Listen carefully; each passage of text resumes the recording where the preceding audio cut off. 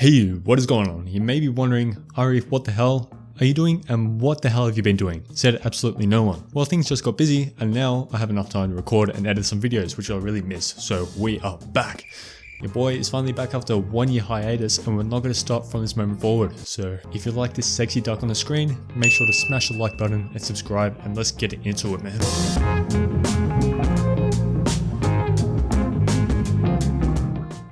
Well, you clicked on this video today and you're like, hey Ari, what the hell are we discussing today? Well, my friend, sit down and relax because today we're going to be talking about the new hit game that released a few days ago, which is Xdefiant. You may be asking, what is Xdefiant? Well, my friend, Xdefiant is a free first-person shooter developed and published by Ubisoft, which at the time of making this video recently released on the 21st of May. The platforms that it's currently available on right now is PS5, Xbox Series X/S and Windows. Best thing about this game is that it's free. No bullshit like the $70 plus games, and it's free. Unless you want to buy the cosmetics, that's completely up to you. But me, I'm going to try and keep that total at $0. The main reason why this game is so popular before its release was due to its refreshing, fast-paced, non-stop arcadey fun, but also the lack of SBMM and EOMM. In short, EOMM, it's basically an AI that looks at your behavior in-game, how you go to kill someone, the way you move around in game. That's pretty much this whole point. But if you want the textbook definition of EOMM, which is engagement optimized matchmaking, it is an algorithm-based mechanic that manipulates matchmaking to keep a player engaged for as long as possible. So basically, this is like the biggest complaint in the COD community. It is all just a concept by now, but there's definitely something shady going on.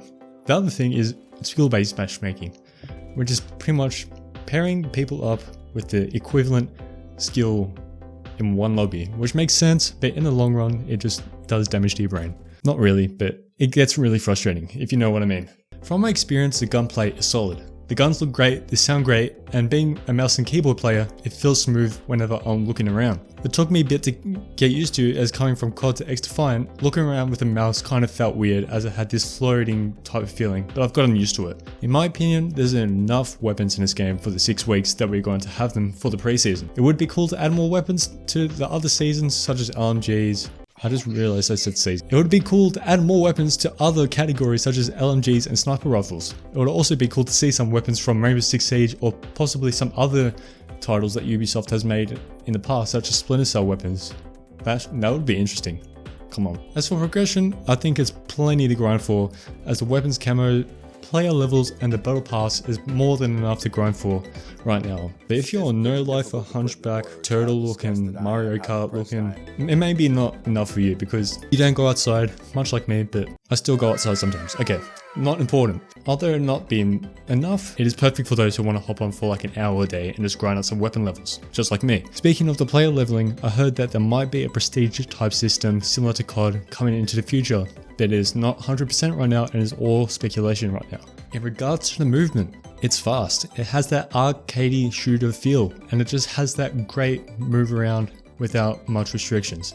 Unless you played that Bogfest, which is NW2, which feels like you're trying to run around through concrete.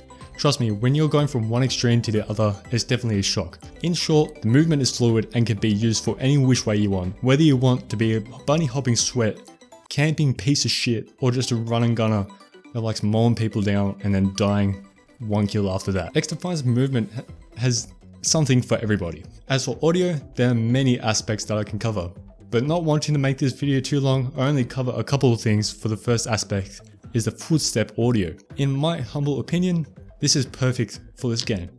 You can clearly distinguish who is the enemy and who your teammate is.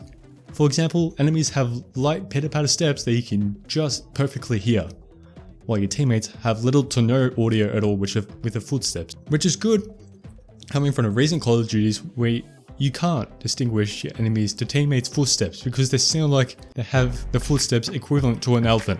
Trust me, when you're an elephant, life's not easy, and when you can hear that shit, it gets really fucking annoying. I mean, if you're the size of an elephant, then that's something else you need to worry about. Another aspect of the audio that I want to focus on is the sounds when you get a kill. I can't stress this enough. This captures the arcade/arena shooting feel for me. For one kill, a sound effect plays. It's like ding, ding, You get what I mean. And as the streak goes on, that pitch of the effect rises, and it really creates tension and excitement with the match. That is something very minuscule, but very important to me, as most FPS games don't have that type of charm as they have that modern, sterilized and boring design that every other thing is going to be. For me, Xdefiant captures its audience with high octane gameplay coupled along with the competitive modes to keep the player engaged, as well as the other things mentioned before, such as the camo grind, weapon and player leveling. But Xdefiant seems to engage its players in a different way beyond the realm of the gameplay itself. The constant community feedback and constant communication from the developers themselves kind of creates a community feel. This brings on better transparency between the game choices and the devs that make the game, alongside the player satisfaction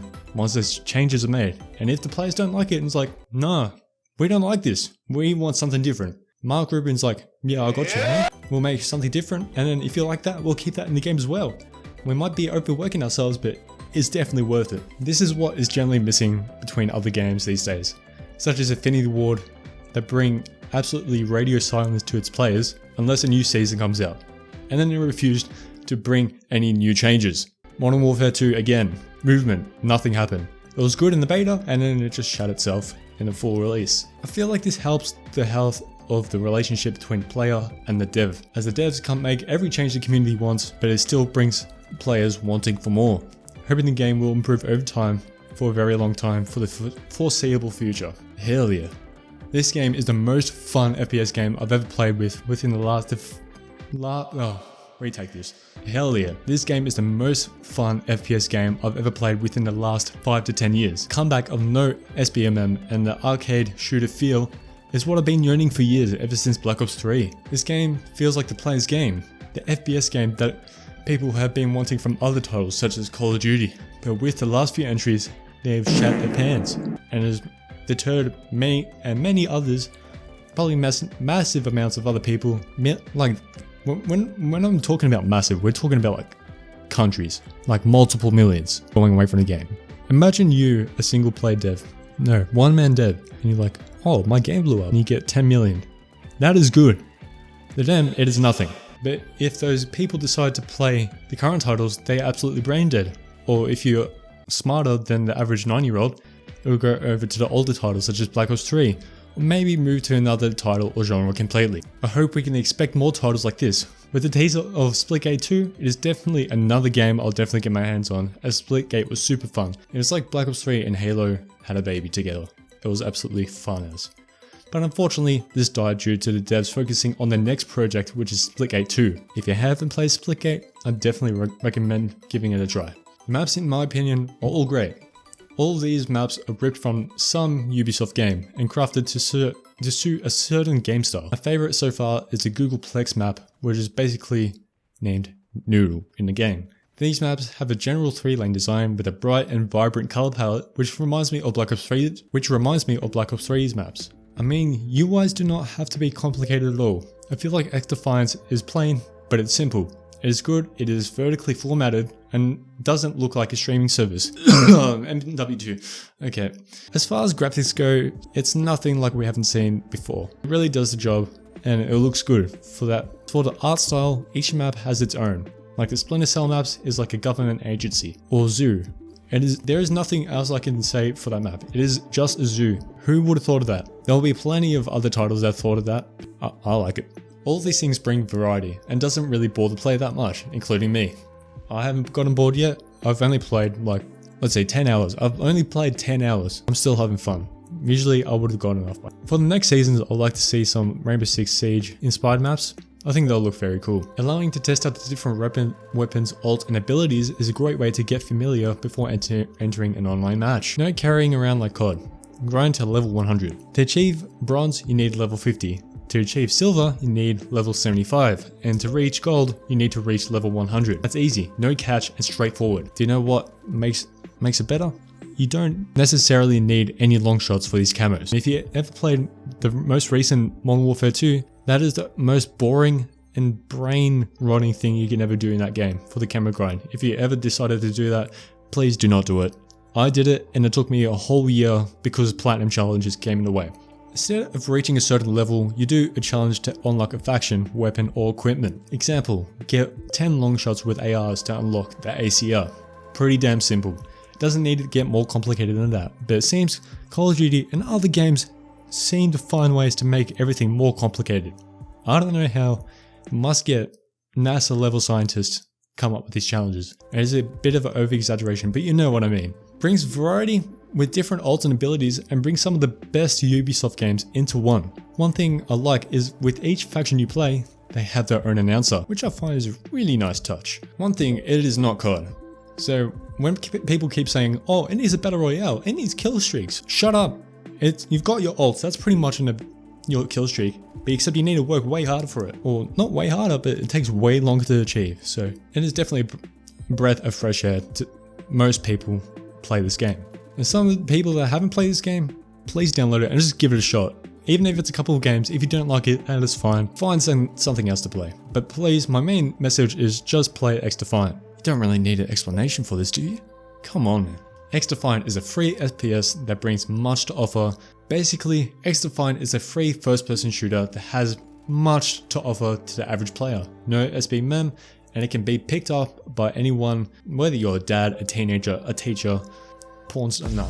The thing is, this game is made with love, including former COD devs and players helping out on this project, and it is pretty clear what their vision is. For the first time in a while, I'm excited what this game has to offer. If it continues this momentum, I don't want to see it being stopped. We want to see this game cherish. Even though it got a lot of hate before its release, we want to see it improve.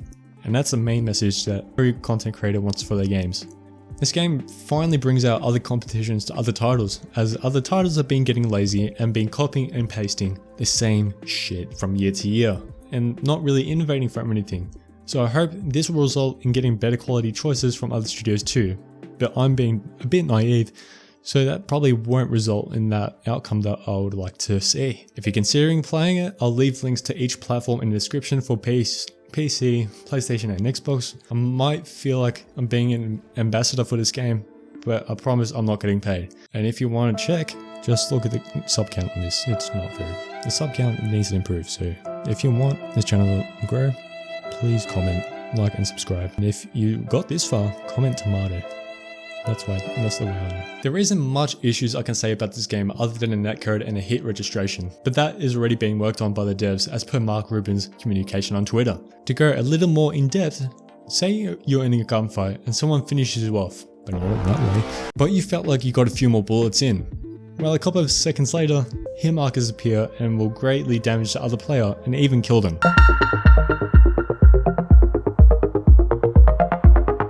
What I expect is for more titles to appear, such as Assassin's Creed and Rainbow Six Siege, but I'm pretty sure I've gotten that message across plenty of times this video, and I'm sure there'll be more than that in the future.